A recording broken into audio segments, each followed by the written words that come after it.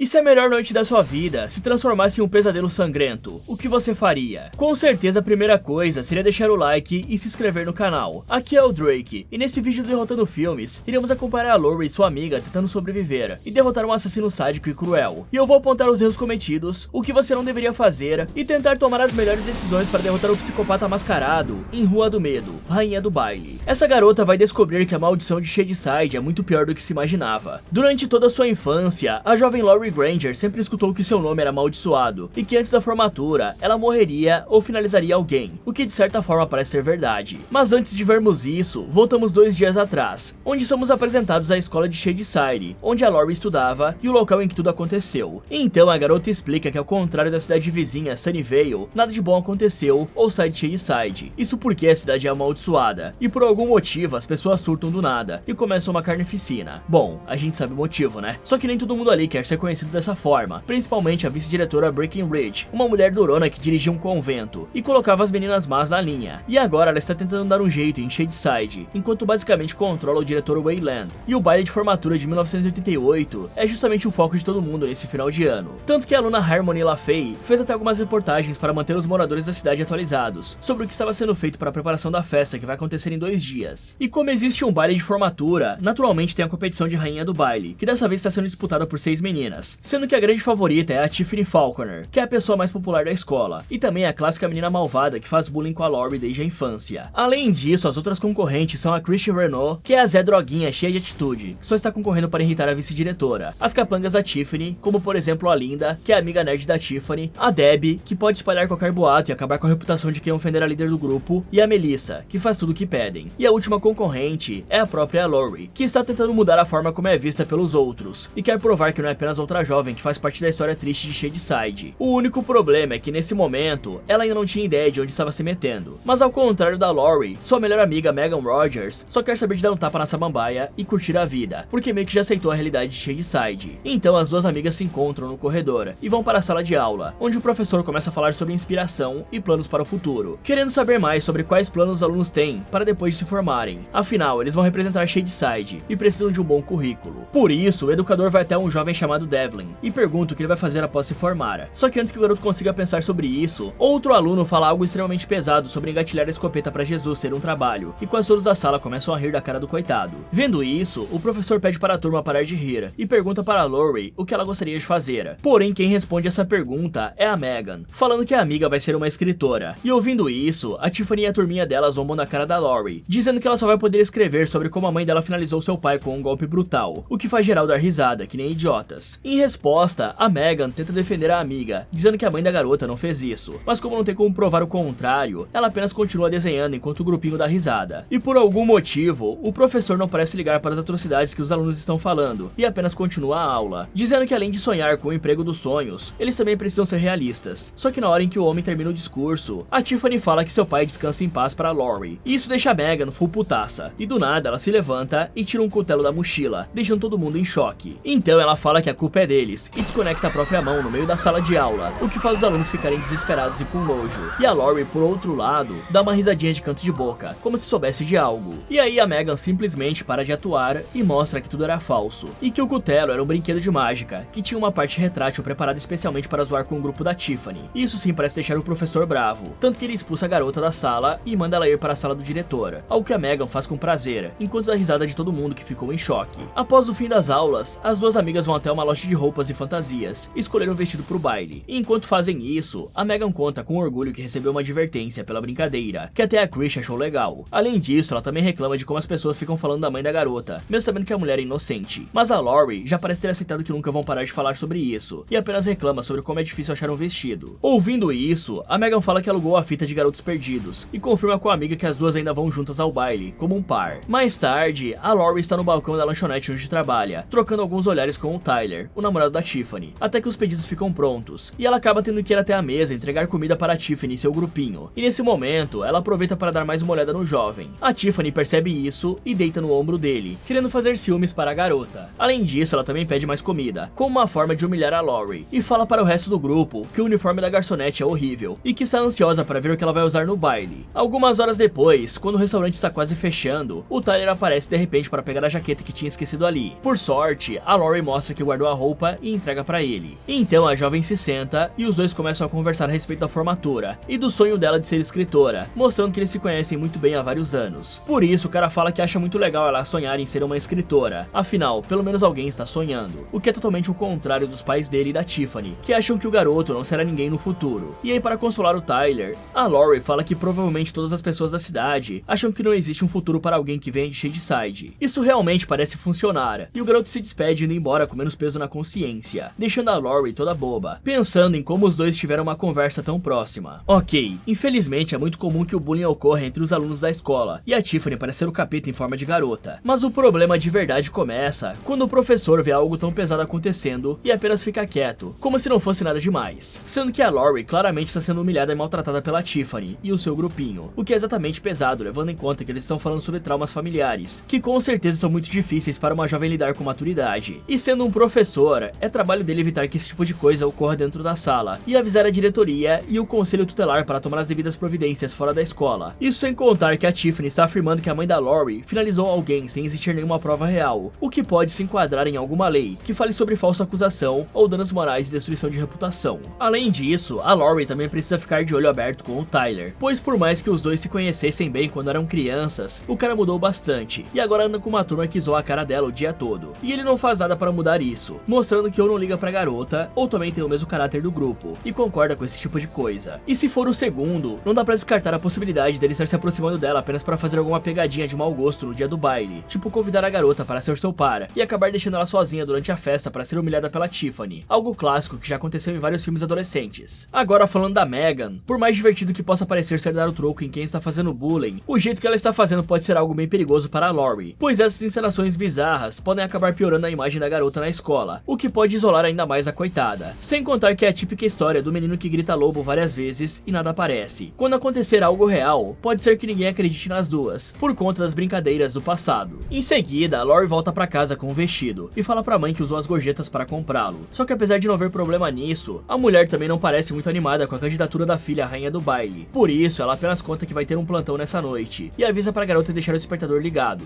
Depois disso, a Lori vai para o quarto e liga para a Megan. Assim as duas começam a conversar e ela fala que sua mãe não parece animada com a sua candidatura, porque quando ela foi indicada a rainha muitos anos atrás, o baile foi cancelado por conta da morte do seu pai. E a Megan acha que a mulher não está animada justamente porque isso tudo pode trazer lembranças desagradáveis. Além disso, as duas também aproveitam para falar mal da Tiffany e da mãe dela, a Nancy. Ao mesmo tempo, na casa da frente, a Tiffany está mostrando o vestido que vai usar no baile para a mãe e para o Dan, o pai dela, que ficam encantados em ver a beleza da filha, dizendo que estão olhando para a próxima rainha do baile, afinal ela é especial. Nesse momento, a campainha toca e a Melissa chega ali, então ela vê a Tiffany arrumada e fica impressionada, falando que ela com certeza vai ser a rainha do baile. E em resposta a isso, a Tiffany diz pra garota que ela está muito mais bonita e definitivamente vai ser escolhida, o que deixa a Melissa sem jeito, pensando que talvez seja verdade. Só que ao olhar para a Tiffany, fica claro que a jovem só falou isso por educação. Por isso, a Melissa fala que não é verdade e que o vestido que tem é horrível. E aí, ficando feliz, a Tiffany oferece para a amiga alguns vestidos que não usa mais para mostrar o quanto é legal. E enquanto a Melissa escolhe um dos vestidos velhos, é possível ver que os outros alunos de Shadyside não estão parados. A Megan, por exemplo, está criando um molde de cabeça humana. A Lori está montando sua playlist de graduação. E a Chrissy está vendo substâncias ilícitas em um estacionamento escuro para dois caras de Sunnyvale. Ela até pede carona para eles, porém o motorista recusa, dizendo que não quer ser assaltado e vai embora, deixando a Chrissy sozinha. Então a garota não perde tempo e sai dali. O problema é que ao chegar a um local mais isolado perto de um prédio abandonado, ela escuta um barulho vindo de trás e se vira para ver se tinha alguém a seguindo. Aí uma pessoa mascarada e encapuzada aproveita a chance, aparece por trás da Chrissy segurando um machado e a golpeia com tudo no ombro. Assim que leva o golpe, a Chrissy cai no chão e começa a gritar pedindo para não ser finalizada, mas o assassino ignora seus gritos e dá uma machadada na cabeça dela. No dia seguinte, a Tiffany e a Melissa chegam na escola e vem a Linda distribuindo panfletos de campanha para a rainha do baile, mostrando que realmente queria ganhar, o que deixa a Tiffany sem acreditar no que está vendo. Ao mesmo tempo, no auditório, a Megan vê a Lori trocando olhares com o Tyler e fala que pensou que a amiga tinha superado isso na quarta série, mostrando que a garota já gosta do jogador há muito tempo. Nesse momento, o DJ da festa aparece ali, perguntando se as meninas gostariam de pedir alguma música para a grande noite. Porém, do nada, um jogador de futebol aparece ali, entrega um papel e ameaça o DJ, dizendo que o coitado só pode tocar as músicas que estão no papel, caso não queira apanhar. Além disso, a vice-diretora manda todas as candidatas à rainha subirem no palco e fala pro resto dos alunos irem para a sala de aula e desqualifica a Chrissy por não estar ali, falando que tudo deveria ser perfeito. Mais tarde, quando a Lori vai colocar as coisas no armário, um cara passa por por ali e fala que convenceu uma galera a votar nela nessa noite. Afinal, ninguém aguenta mais a Tiffany e o grupinho dela. O mais impressionante é que a vice-diretora também se aproxima da menina, dizendo que está torcendo por ela, pois sabe que a garota é esforçada e porque é horrível que a mãe dela tenha sido acusada de algo tão grave. Após isso, a Laurie está de volta pra casa, quando do nada a Tiffany se aproxima dela e começa a zoar com a cara da garota, falando sobre como a mãe dela foi odiada por estragar o baile no passado e avisando pra menina não mexer com ela, ao que a Laurie não se importa nem um pouco. Paralelo a isso, a Megan vai até a casa da Christie ver se encontra a garota, afinal ela precisava de mais samambaia e a Christie sumiu com a encomenda. Porém, o Jimmy fala que não tem ideia de onde a menina está e ignora as reclamações da Megan. Paralelo a isso, a Laurie está trabalhando e o assassino mascarado está em um quarto escondido, riscando a foto da Christie, enquanto olha para as fotos das outras candidatas à rainha do baile, deixando claro que são os próximos alvos. Mais tarde, a Tiffany e o grupinho dela estão tirando fotos para o baile, e assim que as fotos terminam, a Nancy fala para a filha que ela não pode perder o posto de rainha do baile para uma Granger, pois seria uma vergonha. Algum tempo depois, a Laurie volta e coloca o vestido que vai usar no baile. Enquanto ela se olha no espelho, a mãe dela aparece no quarto e decide ter uma conversa com a garota. Ela conta que no passado também ficou muito animada para o baile, mas que tudo foi por água abaixo quando o acidente aconteceu e a festa foi cancelada. Por isso, ela se desculpa com a filha por fazê-la viver na sombra de uma assassina aos olhos do povo e fala que a garota está muito linda. E ouvindo isso, a jovem explica que quer ganhar o concurso pelas duas. Após esse momento lindo, a Laurie se encontra com a Megan e as duas vão juntas para o salão de festa da escola, onde vai acontecer o baile. Ao mesmo tempo, a Harmony está fazendo uma reportagem da cobertura do baile, explicando que por conta da ausência da Christie, é quase uma certeza que a Tiffany vai ser eleita a rainha do baile. Só que apesar disso, ela pergunta se a Laurie pode superar os problemas e vir forte para essa disputa. Bom, eu realmente não acho que eu preciso falar o quão idiota é ir até um local isolado vender substâncias ilícitas para pessoas desconhecidas, né? Vamos ser sinceros. Na maioria das vezes, isso aí tinha uma grande chance de dar ruim, principalmente levando em conta que a Christie não tinha armas ou ajudantes, e ficaria sozinha contra dois homens desconhecidos caso algo desse errado. É claro que dificilmente alguém venderia esse tipo de coisa ilegal perto de outras pessoas, porém se fosse possível, a melhor solução para encontros com desconhecidos é fazer isso em um local público, com um bom tanto de pessoas e principalmente com câmeras. Ou seja, um centro comercial ou uma praça de alimentação são bons locais para encontrar alguém que você não conhece. Já no caso da Christie, ela deveria ter ido com alguém ou pelo menos levado uma arma para se defender, ou pelo menos deixar avisado para o namorado que se ela não voltasse até tal horário, poderia estar com problemas. E como não conseguiu carona para casa, a Christie obviamente não deveria ter tentado voltar pelo meio de prédios abandonados e escuros. Sinceramente, é até estranho ter que falar algo tão óbvio, principalmente levando em conta que ela mora em Shadyside, e como nós já sabemos, essa simplesmente é a capital do homicídio. Então, como eu disse em um dos vídeos da saga original da Rua do Medo, se alguém precisa sair sozinho à noite em Shadyside, no mínimo essa pessoa precisa levar uma faca, ou até mesmo uma arma de fogo. Afinal, não é muito difícil conseguir uma dessas em uma cidade conhecida como a capital do homicídio, né? E como ela vende substâncias ilícitas, é bem possível que ela conheça um cara que conhece um cara, e aí vocês já sabem. E pra uma diretora que está tentando mudar Shadyside, eu tenho que falar pra vocês que ela descartou rapidinho uma aluna problemática, só por ter faltado na chamada pro ensaio do baile. Ela poderia pelo menos dar uma procurada na garota, e ligar pros pais avisando da falta. Agora tem uma coisa que eu preciso falar pra vocês. Esse assassino aqui não está com cara alguma de que seja alguém afetado pela maldição de Shadyside. Afinal, ele está escolhendo alvos, mais especificamente as candidatas à rainha do baile. E obviamente, essa é uma pessoa que tem muita raiva das garotas, ou do concurso em si. E eu digo isso pois tem candidatas com perfis bem diferentes. A Christie é um exemplo disso. Ela não era uma patricinha igual a Tiffany. Então a minha teoria aqui seria a seguinte: o pessoal de Sunnyvale responsável pela maldição não conseguiu passar ela pra ninguém de Shadyside, por não ter alguma pessoa traumatizada o suficiente pra virar o assassino da vez. Se é que esse é o critério que o pessoal usa para amaldiçoar a galera. Mas teoricamente, por não ter alguém para transformar em zumbi amaldiçoado, pode ser que alguém de Sunnyvale decidiu resolver a parada com as próprias mãos. Só não me perguntem por que ele escolheu as candidatas à rainha do baile, mas talvez a gente descubra mais pra frente. E pelo jeito, as famílias envolvidas no concurso pra rainha do baile têm uma rixa antiga envolvida, já que a mãe da Tiffany não quer perder para uma Granger de qualquer maneira. O ideal aqui seria entender o que aconteceu naquele baile que a mãe da Laurie iria participar, para descobrir se isso é algo que pode acontecer nesse baile também. Para saber mais sobre isso, a Laurie poderia procurar nos arquivos da cidade, jornais e até mesmo em algum diário da mãe dela, já que era bem comum na época escrever diários. Em seguida, alguns alunos são revistados e pegos carregando álcool para dentro do salão, o que é proibido, mas mesmo assim alguns deles ainda não conseguem passar e batizar o ponche. Sem terem noção disso, a vice-diretora e o diretor sobem ao palco para avisar que substâncias ilícitas e bebidas são proibidas ali dentro, além de também falar que a votação para rainha começa às 11 da noite, e que por isso o público deveria ouvir o discurso das candidatas e votar naquela que melhor representar os valores da escola nessa noite. Com isso dito, os candidatos começam a subir no palco para se apresentarem, porém do nada, a Nancy manda tirarem o microfone de cima do palco, e o grupo da Tiffany surge com maiôs dos Estados Unidos, e começa uma apresentação na frente de todo mundo. Um negócio, no mínimo esquisito, se você levar em conta que teoricamente todas são menores de idade. Mas fora a apelação, as garotas também acabam humilhando a Lori no processo, e por isso a coitada desce do palco e vai se sentar com a Megan para beber um pouco, dizendo que o grupo da Tiffany acabou com a noite dela. E ao contrário do resto do público que adorou, a vice-diretora achou a apresentação muito imprópria. Aí, vendo que a amiga está para baixo, a Megan tenta animar as coisas, falando que ela não precisa ficar preocupada porque ninguém nem prestou atenção nela. Só que pra Lori, o problema é justamente ninguém ter prestado atenção nela, pois não tem como ser eleita a rainha do baile se for invisível. E aí a Lori e a Megan conversam com dois seguidores cegos da Tiffany, que estão tentando convencer as amigas a votarem na Tiffany para a rainha do baile, pois na opinião deles, a garota é perfeita, e só ela pode ganhar a competição. Ao contrário das duas, que são nojentas e esquisitas, ao que faz a Lori se sentir muito mal. E com o fim da apresentação, a Linda se encontra com o namorado Bob, e pergunta se o cara pegou o resto dos panfletos que ela fez para a própria campanha de rainha, mas como o cara esqueceu, os dois acabam indo juntos até a sala onde estão os papéis. Alguns segundos depois, o casal chega à sala e descobre que todos os panfletos foram destruídos, o que deixa a Linda putaça da cara, falando que vai acabar com quem fez isso. Nesse momento, eles escutam a porta da sala sendo trancada, e a garota vai com raiva pra cima de quem trancou a porta, imaginando que foi o mesmo idiota que estragou os panfletos. Enquanto ela faz isso, o namorado fica apenas olhando, só que na hora em que a garota entra na escuridão, ele escuta um barulho de algo sendo cortado e fica nervoso querendo saber o que aconteceu. Por sorte, ele vê a Linda voltando normalmente e se acalma, mas do nada ela retira a mão da barriga e os órgãos de CGI começam a cair, mostrando que deram uma de Jack Stripador pra cima dela. Para piorar ainda mais, o cara vê que o assassino estava bem atrás da menina e age rápido para tentar pegar o estilete em cima da mesa. O problema é que o mascarado é ainda mais rápido e consegue dominar o coitado e usar a lâmina de cortar papel para desconectar a mão dele. Mas mesmo sem a mão, o cara não desiste e pega um pincel para se defender. Só que como é algo inofensivo, o assassino apenas joga o idiota em cima da mesa e desconecta a outra mão dele,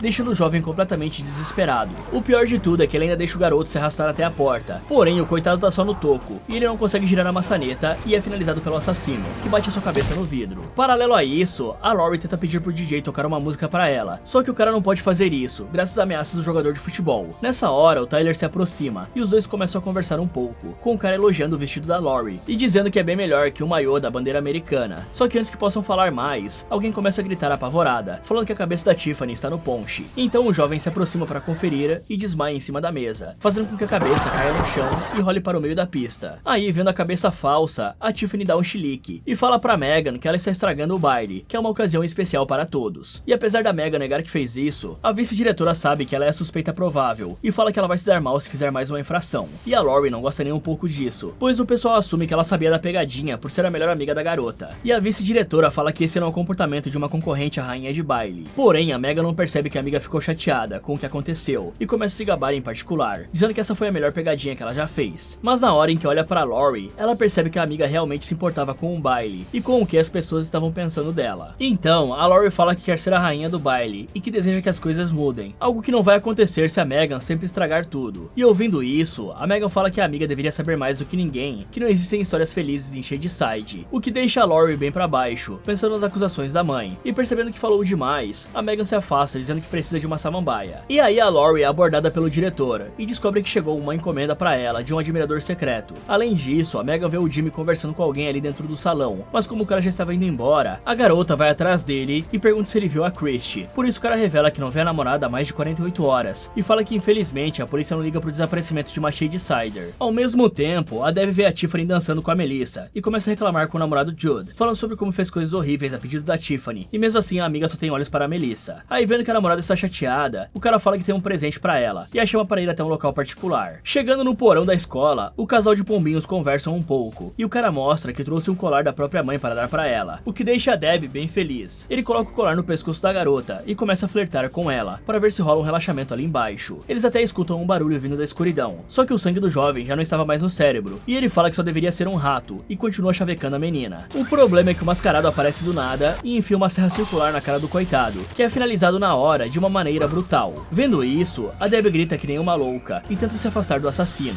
porém ela acaba se encostando em um monte de fios de energia e tem uma morte no mínimo eletrizante. O pior disso tudo é que a Megan passou pela porta do porão na hora em que a jovem estava gritando, mas como tinham vários casais se escondendo para relaxar, ela apenas vai embora pensando que não era nada demais. Ok, o maior erro aqui foi o Bob simplesmente ter deixado a namorada ir pra cima de uma pessoa desconhecida que tinha rasgado todos os panfletos dela, pois mesmo sem ter uma certeza, dava pra imaginar que a pessoa devia ter muita raiva da Linda pra fazer isso. Sendo assim, ele não deveria ter deixado a namorada ir sozinha para um canto escuro na intenção de confrontar um desconhecido. Aliás, com certeza vocês podem podem pensar que é estranho que a garota que tenha sido cortada desse jeito não tenha dado nenhum gritinho de dor ou de aviso para mostrar pro Bob que algo estava errado. Mas a explicação disso pode ser um choque fisiológico ou um trauma agudo, pois quando alguém sofre um ferimento grave, o corpo pode entrar em choque hipovolêmico por perda de sangue ou choque neurogênico, que causa paralisia momentânea, diminuição da pressão arterial, tontura, confusão mental e também pode fazer a pessoa ficar sem reação nenhuma, apenas ofegante ou às vezes nem isso. Sem contar que com o corte fundo que ela levou, é muito provável que ela tenha perdido a capacidade de respirar profundamente para conseguir gritar, mas talvez daria para bater em alguma coisa para mostrar que estava em perigo. Agora falando da mula do Bob, na hora em que a Linda caiu no chão e o assassino apareceu, dava para ver claramente que ele não tinha nenhum tipo de arma na mão, e levando em conta que o garoto é um jogador de futebol e tem um corpo minimamente atlético, ele deveria ter aproveitado a possível vantagem física e atacado o mascarado de frente, pois isso evitaria que ele fosse dominado ou golpeado por trás como aconteceu. E para ser mais preciso, eu diria que um chute frontal dado no momento certo e mirando no diafragma do criminoso poderia muito bem ter acabado com a luta na hora. Até mesmo se o cara fizesse um movimento de futebol americano, já poderia resolver, galera. O mascarado estava desarmado e depois disso ele poderia pegar o estilete e finalizar o criminoso, ou pelo menos daria a chance do Bob fugir da sala em segurança. Além disso, é possível ver que bem ao lado do cara tinha algumas cadeiras e mesas, que ele poderia ter jogado no criminoso ou usado para bater nele a uma certa distância. Agora eu preciso falar sobre uma coisa que realmente me incomoda, que é a dificuldade que esses idiotas em filmes slasher têm em acender uma luz. Parece que eles fazem de tudo para ajudar o assassino a ficar escondido nas sombras, para poder atacar no momento certo. Pois se você prestar atenção, na morte dos dois casais, o assassino ficou escondido em uma parte escura, até encontrar a oportunidade perfeita. Isso que dá a querer relaxar em cantos escuros, né galera? Praticamente uma sentença de morte. Fora isso, o Judge realmente não tinha nada que pudesse fazer após ter sido pego de surpresa pelo assassino. Porém a Debbie poderia ter aproveitado que o cara estava finalizando o namorado dela, e chutou das partes baixas do criminoso para ganhar tempo e fugir dali. Além disso, ela ficou de costas para uma estante cheia de produtos químicos de limpeza e outros objetos, que ela poderia ter simplesmente jogado em cima do mascarado, assim como ela também podia derrubar a própria estante em cima do assassino para tentar escapar. E é bem óbvio falar que esse pessoal não deve se isolar, né? O que não é muito difícil considerando que eles estão em um baile escolar cheio de alunos e adultos supervisionando. Mas como 4 pessoas sumiram e 2 delas são candidatas à rainha do baile, a vice-diretora provavelmente vai perceber isso e ir atrás dessas alunas, ou pelo menos fazer uma chamada por elas no palco principal. E aí quando elas não aparecerem, o mínimo que ela deve fazer é chamar a polícia, já que essa cidade tem uma fama de muita gente ir de base com frequência. Ao mesmo tempo que o casal vai de base, a Lori vai até a porta do colégio e vê que alguém enviou flores para ela com um bilhete escrito: "Espero que você não sufoque", algo que é muito bizarro. E como o entregador não fazia ideia de quem enviou isso, a menina apenas decide voltar pro salão de festa. Porém, no meio do caminho, ela dá de cara com a Tiffany, que começa o interrogatório para saber quem enviou as rosas. Afinal, ela sabe que a Lori e o Tyler ficam trocando alguns olhares. Nessa hora, a Melissa se aproxima delas, e a Tiffany aproveita a plateia para humilhar a Lori, xingando a mãe da garota e falando que está no sangue da família se apaixonar por quem não pode ter, assim como a Rosemary fez antes de acabar com a vida do marido, e jogar ele na beirada de um rio. E como o nome Granger é sujo, a Lori não passa de uma Zé Ninguém nojenta, que deveria ir embora. Isso acaba sendo demais para a coitada aguentar, e ela sai dali rapidamente para ir até o banheiro. E esse discurso foi tão nojento e maldoso que a Melissa enfrenta o medo que tem da Tiffany, e fala que isso não foi legal e vai atrás da Lori. Alguns segundos depois, a Melissa chega no banheiro e vê que a menina está com a maquiagem toda borrada, o que mostra que ela chorou bastante. Por isso ela se aproxima da garota e entrega o próprio estojo de maquiagem. Paralelo a isso, as luzes do salão começam a piscar, já que teve uma adolescente fritando no painel de fusíveis, e o diretor Wayland faz o zelador ir conferir o que estava acontecendo no painel de energia, o que não deixa o senhor nada feliz, já que esse não é o trabalho dele. Além disso, a Megan percebe que a música que está tocando não faz parte da playlist da Judge, e pergunta o que aconteceu pro DJ deixar de seguir a playlist do valentão.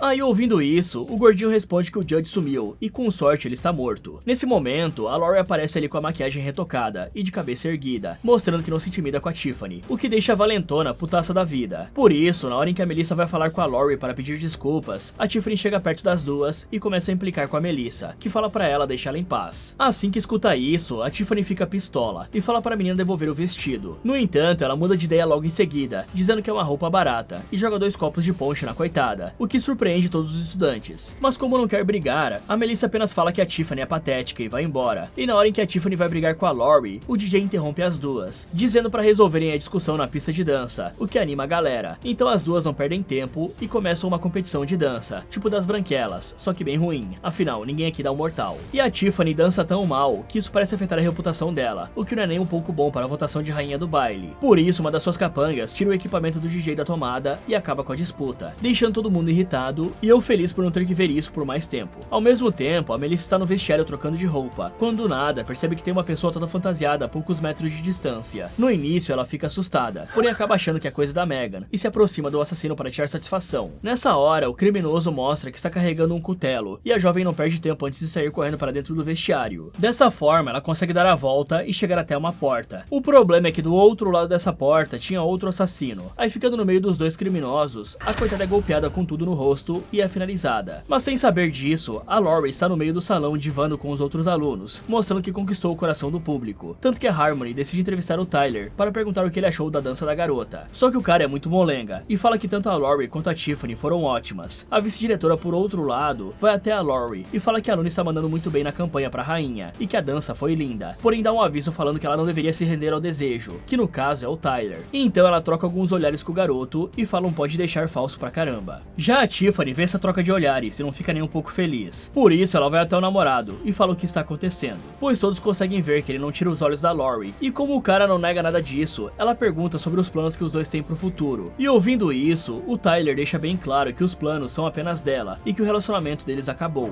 Paralelo a isso, a Megan vê um colega chamado Spider dando um tapa na samambaia e vai dar uns tragos com ele e conversar um pouco sobre o baile. Aí alguns minutos depois, outro aluno se aproxima para perguntar se os dois viram a Melissa, pois parece que do nada todo mundo sumiu. Além disso, nesse momento, a Megan vê um dos assassinos passar no corredor e vai ver o que era, perguntando se o Spider também viu o mascarado. Mas como os dois estavam fumando até agora, ele leva na brincadeira, pensando que a menina viu coisas. Porém, a Megan sente que tem algo estranho acontecendo e volta para dentro do salão, onde olha em volta e percebe que todo o grupinho da Tiffany estava desaparecido. Ao mesmo tempo, a Tiffany e a mãe dela veem o Tyler chegando perto da Laurie como se os dois fossem namorados. E sentindo um clima no ar, a Laurie pergunta se o cara só vai ficar olhando pra ela. Aí na hora em que ele decide beijá-la, a Megan aparece do nada e separa os dois. A garota não fica nem um pouco feliz com isso, já que ia ganhar o beijo que tanto queria. Mas a Megan não se importa com isso e fala que viu um cara estranho mascarado andando pelo corredor e que todo o grupinho da Tiffany desapareceu, assim como a Christy, que sumiu há 2 dias. E entendendo o que a sua amiga estava querendo dizer, a Laurie diz que isso é loucura, e o Tyler fala que o Judge e a Debbie devem estar relaxando em algum lugar, o que não é nada demais. Ouvindo isso, a Megan manda o cara se afastar e pede para a Laurie olhar em volta e perceber que só restam ela e a Tiffany na competição pela coroa, o que é assustador levando em conta que mais cedo ela ouviu um grito. No entanto, a Laurie não acredita nisso e pergunta por que a Megan está fazendo isso agora, e quando a jovem responde que só quer salvá-la de quem está finalizando as rainhas do baile, a Laurie fala que talvez a Megan apenas não consiga vê-la feliz e pede para a amiga dar um tempo pelo menos essa noite, pois uma hora elas precisam soltar as mãos. Então a Megan manda a Laurie ir para casa do baralho e se afasta dela. Vendo isso, o Tyler aproveita o momento e chama a menina para um local mais isolado, o que ela aceita na hora. E a Megan, por outro lado, sabe que não está louca e começa a juntar as coisas que descobriu, como por exemplo, a falha na energia do salão e a fala do Tyler dizendo que o Judge e a Debbie deviam estar relaxando no porão. Por isso ela pergunta pro Spider onde fica a caixa de força da escola e descobre que ela também fica no porão. Assim ela não perde tempo e vai até lá. Bom, se a Laurie estivesse prestando um pouco de atenção nas coisas que estão acontecendo ao redor dela, talvez ela entendesse na hora que o bilhete no buquê é uma clara ameaça a ela. E com isso, a garota poderia avisar os diretores sobre o risco e talvez até mencionar o desaparecimento das outras concorrentes, o que deixaria as pessoas mais alertas e prontas para enfrentar o perigo. Isso sem contar que provavelmente chamariam a polícia também para investigar o sumiço dos alunos. Já se tratando da Melissa, o maior erro dela foi ter demorado tanto para reagir e correr dali. De certa forma, dá pra entender que ela achou que fosse uma pegadinha da Megan. Porém é aquilo, em uma cidade como Shadeside, onde as pessoas enlouquecem de tempos em tempos e saem por aí finalizando geral, é sempre melhor não pagar pra ver. Por isso, na hora em que viu o cara mascarado, ela deveria ter saído correndo ou até mesmo se preparado para lutar, quebrando o espelho que estava atrás dela e usando o maior caco de vidro como arma para ameaçar a vida do maníaco. Isso até achar uma boa oportunidade de conseguir meter o pé dali em segurança. E por falar nas pegadinhas da Megan, essa garota aqui acabou fazendo tantas brincadeiras que fica difícil para Laurie acreditar nessa teoria dela, que no caso está certa. Por isso, ela deveria tentar ligar para a polícia e denunciar o que está acontecendo em vez de tentar investigar tudo sozinha, pois dessa forma ela só vai conseguir ser finalizada e entrar para a estatística de Shadeside. Paralelo a isso, o Tyler leva a Laurie para trás do palco do teatro e pergunta se a menina está bem, o que ela responde dizendo que só não queria ter brigado com a amiga. Ouvindo isso, o Tyler praticamente ignora que a Laurie está um pouco chateada com a situação e tenta beijá-la, o que não dá certo, já que ela recusa. Por isso ele tenta tirar a Megan da jogada, dizendo pra Laurie que a garota só vai puxá-la pra baixo. E sentindo que tinha algo estranho acontecendo, a Laurie decide voltar pro salão e acaba sendo impedida pelo Tyler, que fala que foi a garota que pediu mais do que apenas a troca de olhares. Mas antes que ele possa falar mais, o assassino encapuzado aparece por trás e enfia uma faca na cabeça dele, várias vezes, como se estivesse com raiva, dando tempo da Laurie sair correndo pra longe. Em paralelo, a Megan chega no porão e encontra o zelador morto com um martelo grudado na cabeça. Por isso, a coitada se assusta, tropeça em alguma coisa e cair no chão bem ao lado dos corpos da Debbie e do Judd, o que faz ela entrar em pânico e começar a gritar. Nesse momento, a Laurie está passando no corredor e escuta o grito da amiga, então ela desce as escadas correndo e se encontra com a garota, contando que o Tyler morreu e descobrindo que ali embaixo também tinham cadáveres. Sabendo disso, elas decidem voltar pro salão e avisar os outros, porém um dos assassinos tranca a porta do porão e as garotas ficam sem opções além de ir para a parte dos fundos da construção, onde ficam os encanamentos. Mas ali elas escutam uma porta se abrindo e se escondem atrás de uma lona, até que o assassino passe pelas duas. O problema é que logo após saírem, as garotas veem um criminoso arrastando um corpo e também são vistas por ele, por isso elas saem correndo para dentro de um quarto e trancam a porta. Por sorte, o assassino não consegue arrombar a porta e elas aproveitam para olhar o que tem ali dentro, encontrando assim um livro com as fotos das rainhas do baile e com um X em todas que sumiram, mostrando que a teoria da Megan estava certa, e por isso a Laurie se desculpa com a amiga. O problema é que elas começam a escutar algo se arrastando no chão, e do nada, o assassino começa a quebrar a porta usando um machado, o que assusta a Megan e faz ela derrubar a lanterna no chão, deixando todo o quarto no escuro. A parte boa é que por conta disso, elas encontram uma janela e decidem quebrá-la usando a cadeira. Com isso feito, a Megan sobe com tudo e acaba cortando a mão, mas apesar disso, ela ainda consegue sair dali, sendo que infelizmente a cadeira de apoio cai no chão, e para piorar ainda mais, o assassino finalmente derruba a porta e entra no quarto, pronto para finalizar a Laurie. Só que a jovem pensa rápido e enfia um caco de vidro no peito do criminoso. Dessa forma, ela consegue ganhar tempo e ser puxada para cima pela amiga pouco antes do maníaco fazer outro ataque, que por pouco não pega na perna dela. Aí, vendo que conseguiram escapar, as duas correm para dentro da escola para avisar os outros. Paralelo a isso, o diretor sobe ao palco na frente de todo mundo e anuncia que a vencedora da rainha do baile é a Laurie, o que deixa muitas pessoas felizes e enfurece a Tiffany e a mãe dela. Nesse momento, as duas amigas chegam ali e a Laurie vai correndo para o palco avisar o diretor do que está acontecendo. A Megan, por outro lado, acaba sendo barrada por uma das seguidoras da Tiffany, mas por sorte ela consegue se soltar bem na hora em que o assassino chega ali e golpeia a perna da puxa-saco, que se parte na hora. Outro aluno vê isso e grita que nem um louco antes de ter a cabeça desconectada por um golpe de machado. E de alguma forma, ninguém vê isso e a cerimônia continua normalmente, quando a Laurie chega na frente do Wayland e recebe a coroa de rainha, o que deixa o assassino furioso. Por isso ele entra no meio da multidão e vai em direção ao palco, sendo finalmente percebido pelas pessoas que ficam desesperadas e correm pra longe. Aí, com o caminho limpo, o criminoso sobe no palco e arranca o braço do Wayland, que estava tentando pará-lo. E aí, como ninguém mais entra na frente, o assassino se prepara para finalizar a Laurie. Porém, do nada, a Megan aparece por trás e pula nas costas do cara, que a joga no chão com tudo. E vendo que a amiga ia ser finalizada, a Laurie pensa rápido e usa os espinhos da coroa para golpear o assassino no olho, que acaba sendo impedido, e retira a máscara do rosto, mostrando que era o pai da Tiffany. E aproveitando essa oportunidade, o Spider pega o machado do cara e outros dois alunos se juntam para dominar o assassino. Nesse momento, a Tiffany vai correndo para cima do palco, e a Nancy se aproxima para perguntar por que o marido fez tudo isso.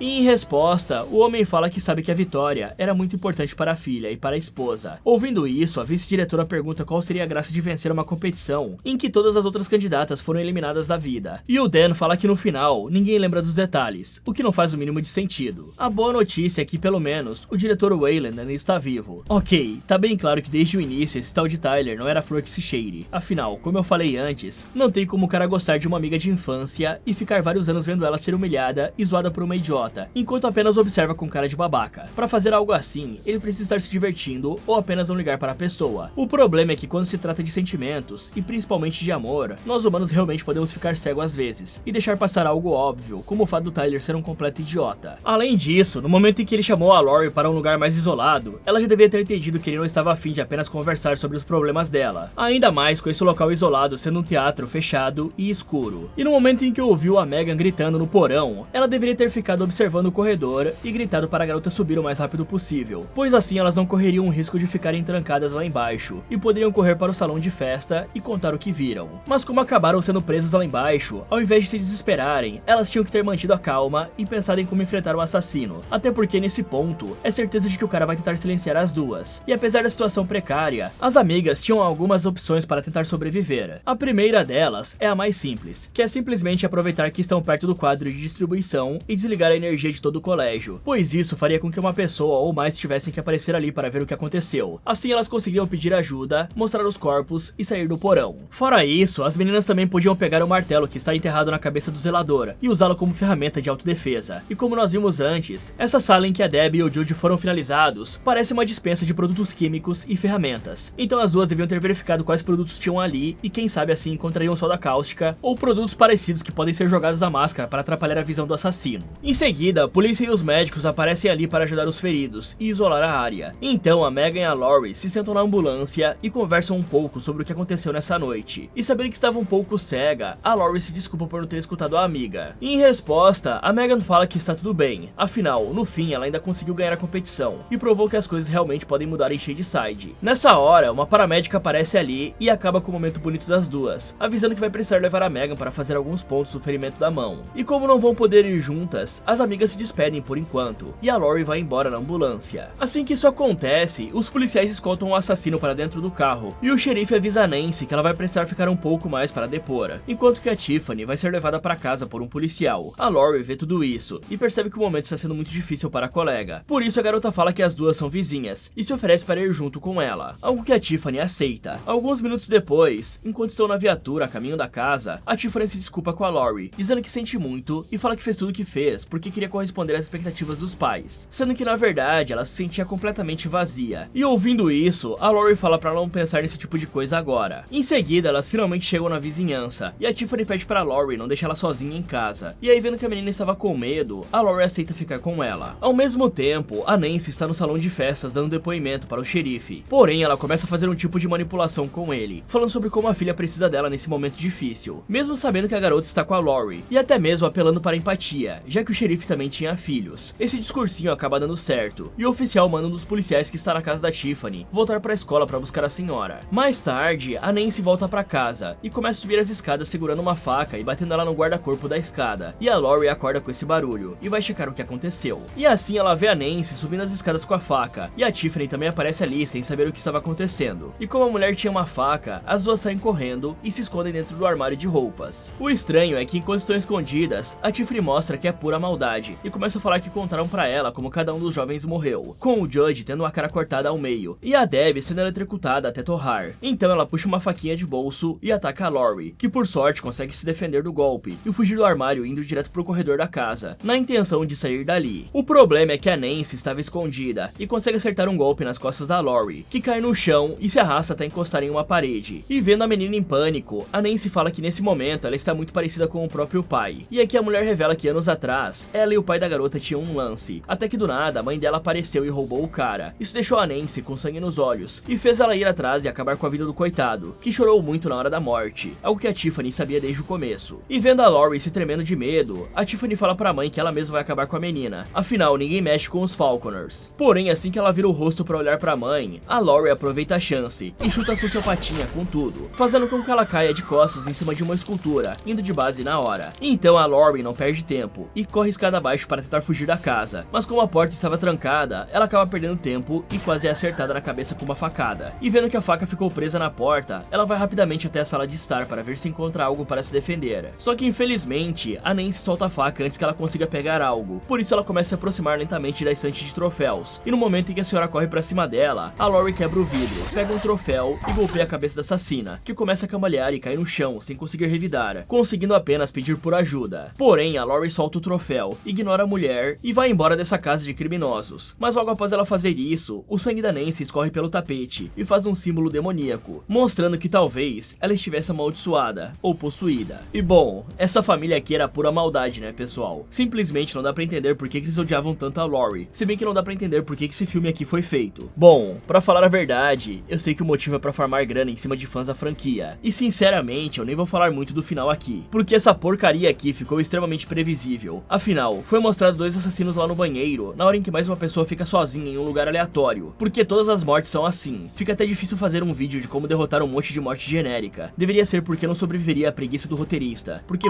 que pariu, né, galera? E aí, se tem dois assassinos, e se um era o pai, é óbvio que o outro era a mãe da garota. Aí o policial babaca simplesmente deixa a mulher ir pra casa porque ela manda um papinho furado. E essa porcaria aqui ainda tem a audácia de fazer uma cena pós-créditos, de sei lá o que aconteceu depois que a mulher morreu, já que formou ali qualquer tipo de símbolo genérico do demônio, que infelizmente deve ser para a porcaria de uma continuação. Só que essa porcaria aqui tá sendo bombardeada, então eu duvido que saia algo desse nível novamente. Já a Lori, galera, a amiga dela acabou de salvar a vida dela algumas vezes e tá indo pro hospital. E em vez de ir com a melhor amiga dela, ela decide ir pra casa da garota que fez bullying com ela durante a vida toda. Genial, né? Sem contar que o pai da garota tentou finalizar a Lori agora há pouco. Com certeza ela é uma santa, ou quer ser uma, porque perdoou tudo extremamente rápido, porque ela já passou pela mesma coisa. Que bagulho idiota. E por por falar nesse negócio de pai, a mãe da Nancy era obcecada pelo pai da Lori, matou o cara, ficou com esse idiota aqui, passou a vida inteira falando mal dos Grangers, e esse cara ainda decidiu finalizar pessoas por ela para agradar a família. Esse aqui é o famoso beta, né? Que cara patético. E eu ainda tava tentando racionalizar para criar uma teoria e dizer que aconteceu algo para não ter alguém com a maldição na mente finalizando pessoas. Mas eu vou ser sincero com vocês, parece que alguém tinha um roteiro na Netflix de um slasher genérico, e eles decidiram pôr o nome de Rua do Medo para afundar o nome da franquia e fazer umas doletas. E vamos combinar, né galera? Os caras poderiam deixar a preguiça de lado e explorar sobre os outros assassinos da franquia que já foram mostrados, como a Ruby Lane, que aí teria a ver com a maldição da bruxa, aproveitando para se aprofundar mais no universo. Mas deve ser extremamente difícil os caras pensar mais sobre isso, né? E esse filme aqui, pelo que eu vi, só tem um dos roteiristas originais. Dá pra saber quem tava com o boleto atrasado, né galera? Mas aí, em vez de tentar fazer algo bom,